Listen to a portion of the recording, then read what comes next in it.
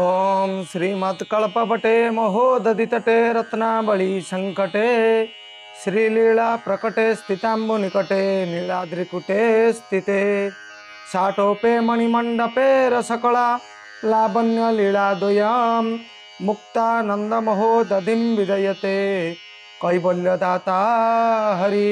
जय जय जगन्नाथ। समस्त श्रद्धालु भक्त मानंको श्रीक्षेत्रपुरी अभिनंदन सुस्वागत। आमे पूर्वर आलोचना करथिले श्रीमंदिर को भाई पुरुषोत्तम धाम को किपरि चतुर्दिगरे अष्टदेवी बा अष्टशक्ति गौरींगर अष्टशक्ति विराजमान करिसेंती बा सुरक्षा देउछंती। आज सुनिबा किपरि भाबरे अष्ट शंभु मध्य एई श्रीमंदिर को सुरक्षा दियंती। एताभिरुग्र रूपाभि शक्ति भी परिरक्षिताम् अल्प पुण्यास्य पुंसो हि स्थानमेतत् सुदुर्लभम्। ए भीषण रूपा अष्टशक्ति द्वारा अंतर्वेदी सर्वतो भावे सुरक्षिता।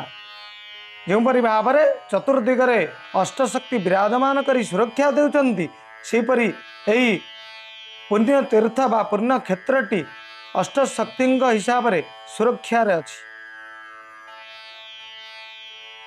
एवं से अष्टशक्ति मान को दर्शन करने हूँ दुर्लभ।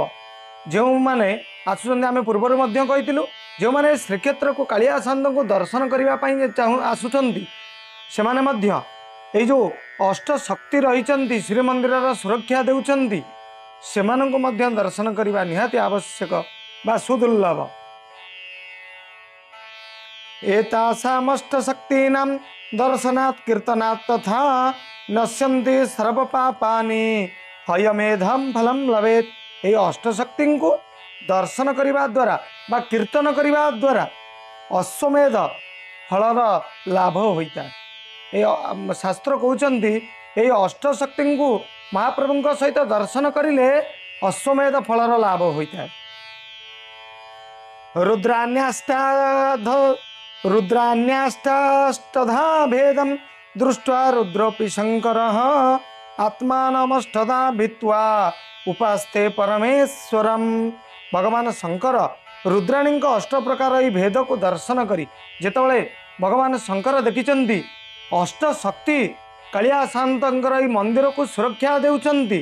मु मध्य अष्ट स्वरूप अष्ट शंभु स्वरूप भगवान रुद्र मध्य चिंता करिछंती उपासना करिछंती भगवान कालिया शांत को मु मध्य यही श्रीमंदिर को सुरक्षा देवी।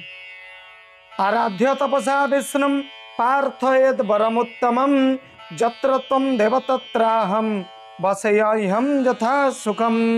से विष्णु को तपस्या द्वारा आराधना करी यही वर प्रार्थना कहिले हे देव आपण जो स्थान रे वास करिवे मु सेही स्थान रे सुखर सहित वास करिवि। त्वामृते कमलाकांत नान्यनिवृत्ति कारणम अंतर्जामिन प्रभु में त्वं बिना विग्रह कुतः मूढ़ास्तु त्वां न जानन्ति हृष्यन्ति विषये शुचौ निर्मलांबर संकाशम त्वामहं शरणं गतः। हे कमलाकांत आपणक व्यतीत केही हेले मुक्तिर कारण नुहंती आपण भुक्ति मुक्ति प्रदानकारी महाप्रभु। हे प्रभु तुम्हें मोर अंतर्जामी तुम बिना मोर बा विग्रह शरीर किपरि सृष्टि हेब तुम बिना मोर कौन बा गति। स्वयं महादेव कहते हे प्रभु तुम बिना मोर कौन बा गति। तुमको जानी न पारी असुचि विषय भोगरे लिप्त रही मूढ़ व्यक्ति मान हर्ष प्रकाश करिथांती। हे निर्मल गगन सन्निभ हे देव देव मु तुम्बर शरणापन्न हेली महाप्रभु। जैमिनी उवाच जैमिनी ऋषि कहते भगवान्नपि त्वं रुद्रं क्षेत्रस्वामितया विभुः स्थापयामास परितः स्वयं मध्ये व्यवस्थित। जैमिनी ऋषि कहते माधवेश्वर भगवान सही अष्ट प्रकार रे विभक्त रुद्रं को क्षेत्रर चारि दिगरे एवं चारि कोणरे स्थापना करिछन्ति एवं मध्य भागरे निजे विराजमान करिछन्ति। बोलिए रुद्र भगवान की जय। कपालमोचनम नामं क्षेत्रपालं जमेश्वरम मार्कंडेयम तथेशानम विश्वेशम नीलकंठकम। यहीपरि भाव चारि दिगरे एवं चारि कोण रे महादेव शंकर श्रीमंदिर को सुरक्षा देउछन्ति बा विराजमान करिछन्ति। बटमूले बटेशं च लिंगान्यष्टौ महेशितुः तानि दृष्ट्वा तथा स्पृष्ट्वा पूजयित्वा विमुच्यते। कौन कहउछन्ति ना अष्ट दिगरे कपाल मोचनम नाम आपण माने देखिछन्ति। कपाल मोचन किपरि भावरे मंदिरर नैऋत कोण रे विराजमान करिछन्ति। एवं क्षेत्रपालम जमेश्वरम आ मध्य कहउछन्ति क्षेत्रपाल मंदिरर दक्षिण दिग को सुरक्षा देउछन्ति। मुक्ति मंडप साइट रे अनंत वासुदेवंक निकटवर्ती निकटरे क्षेत्रपाल महाप्रभु से मध्य श्रीमंदिर को सुरक्षा देउछन्ति। आ जम्बेश्वर आपण माने देखिछन्ति जम दिक् बा दक्षिण दिक् संस्थित जम जे जमंकर ईश्वर संयमन को जय करी जमं को जय करी जे विराजमान करिछन्ति हरचंडी साईर शेष भागरे जमेश्वर महाप्रभु। एवं मार्कंडेय तथे सानम मार्कंडेश्वर भगवान आपण माने देखिछन्ति मंदिरर वायु कोण रे मार्कंडेश्वर भगवान विराजित अछन्ति। मार्कंडेश्वर साईर शेष भागरे से मध्य श्रीमंदिर को सुरक्षा प्रदान करुछन्। एवं तथे सान श्रीमंदिर भितरे ईशानेश्वर महादेव जे कि उत्तर द्वार रे आपण माने देखिथिबे बहुत तले विराजमान करिछन्ति। ईशानेश्वर महादेव से मध्य मंदिर को सुरक्षा देउछन्ति। एवं विश्वेश्वर भगवान से मध्य मंदिरर उत्तर भाग रे विराजमान करिछन्ति। से मध्य श्रीमंदिर को सुरक्षा देउछन्ति। तापर होउछन्ति नीलकंठेश्वर नीलकंठेश्वर भगवान लवणिख्या छकरे विराजमान करिछन्ति। मंदिरर पूर्व दिगरे नीलकंठेश्वर महाप्रभु से मध्य श्रीमंदिर को सुरक्षा देउछन्ति।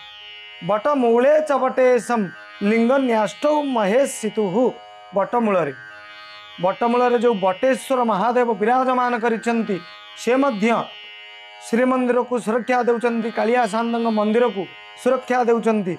एहिपरि भावरे अष्ट दिगरे चतुर्दिगरे एवं चतुः कोणरे अष्ट शंभु विराजमान करिछन्ति। से मध्य श्रीमंदिर को सुरक्षा प्रदान करुछन्ति।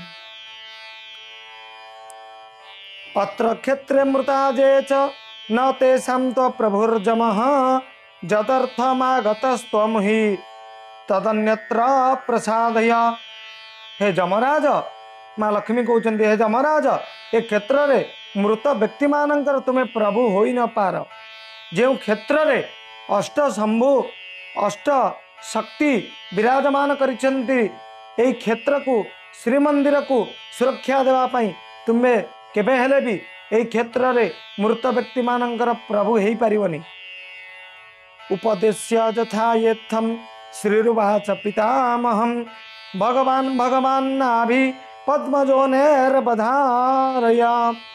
लक्ष्मी देवी कहते जमं को यही प्रकार रे उपदेश प्रदान करी पितामह ब्रह्मा को कहले हे ब्रह्मा हे ब्रह्मन हे चतुरानन अवधारण करंतु आपण भगवान नाभि पंकजरु जन्म होइछन्ति आपण सब किछि जानिछन्ति। तथाप्यसौ जगन्नाथ भक्तायात्म समर्पकः जमेन तो सीत भक्त्या प्रपन्नार्थे हर प्रभु। यही श्री जगन्नाथ महाप्रभु भक्त मानंक पई निजको मध्य समर्पण करि दियंती। भक्त वत्सल से भक्तर मनवांछा पूर्ण करिबा पई सब किछि करि पारंती महाप्रभु। शरणागत भक्त मानंकर क्लेश हरणकारी महाप्रभु जमंकर भक्ति भागरे संतुष्ट होइचंदी मध्य महाप्रभु। सुदर्शनेन चक्रेण मया च व्यवधास्यति अत्या यस्मिन् क्षेत्रवरे स्वर्णमालुकया वृते तं जमं वञ्चयित्वा तु प्रस्तापय सुमालयां साधुर्मत्वा ततः प्राह ब्रह्माणं पुरतः स्थितम्।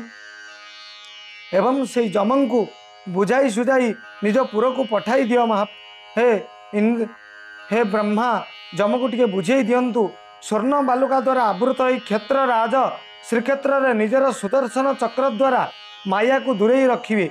महाप्रभु ए क्षेत्र को स्वतंत्र प्रोटेक्शन देइछन्ति। चक्रराज स्वयं अग्नि स्वरूप सुदर्शन महाप्रभु यही क्षेत्र को सदा सर्वदा सुरक्षा दियंती। जो क्षेत्र की तांक द्वारा केबे भी त्याग योग्य नुहे, यही सुदर्शन महाप्रभु सदा सर्वदा यही क्षेत्र रे निवास करिसेंती एवं श्रीमंदिर को सुरक्षा प्रदान करिसेंती। श्रीरुवाच माँ लक्ष्मी कहउचंती इंद्रदुम्न नाम राजा जुगे तस्य भविष्यति वैष्णव सर्वज्ञान माँ हर्ता शास्त्र को विदाह। यही आउ मध्य कहउचंती सत्य जुगरे विष्णु परायण राजा जड़े राजा यहीटा को आसवे सर्वशास्त्रविद राजा इंद्रदुम्न यही जगार जन्म ग्रहण करेंगे भाई क्षेत्र को आसवे। अत्रागत्य महाभक्ति करिष्यति नृपोत्तम भगवत प्रीतये यो वै बाजिमेध सहस्रकम करिष्यति प्रदानाथ तदस्तु ग्रहणात् एकदारो समुत्पन्न चतुर्ध्वासम भविष्यति। एवं आउ कहउचंती से नृपश्रेष्ठ यही स्थान को आगमन करिवे एवं एठारे महाभक्ति प्रकाश करिवे विष्णु भक्ति जागृत करिवे से प्रजानाथ भगवान प्रीति निमंते सहस्र अश्वमेध यज्ञ करिवे एवं से यज्ञ गोटे दारु बा चतुर्धा मूर्ति स्वरूप महाप्रभु दारु ब्रह्म स्वरूप चतुर्धा मूर्ति धारण करिवे। जय जगन्नाथ। यहीपरि भाव में यही क्षेत्रर महिमा बा महाप्रभुंकर समस्त यही क्षेत्र विषय महिमा आपण मैंने श्रवण करेंगे। जदि श्रवण करने चाहूँगी महाप्रभु विषय जानापी चाहूँगी आम सहित जोड़ी हो रुहतु आम चैनल को आगक आगक बढ़ातु एवं महाप्रभुंकर संपूर्ण तथ्य यही क्षेत्र रे किपरि महाप्रभु निवास करिसेंती तार समस्त विषय श्रवण करंतु। जय जय जगन्नाथ।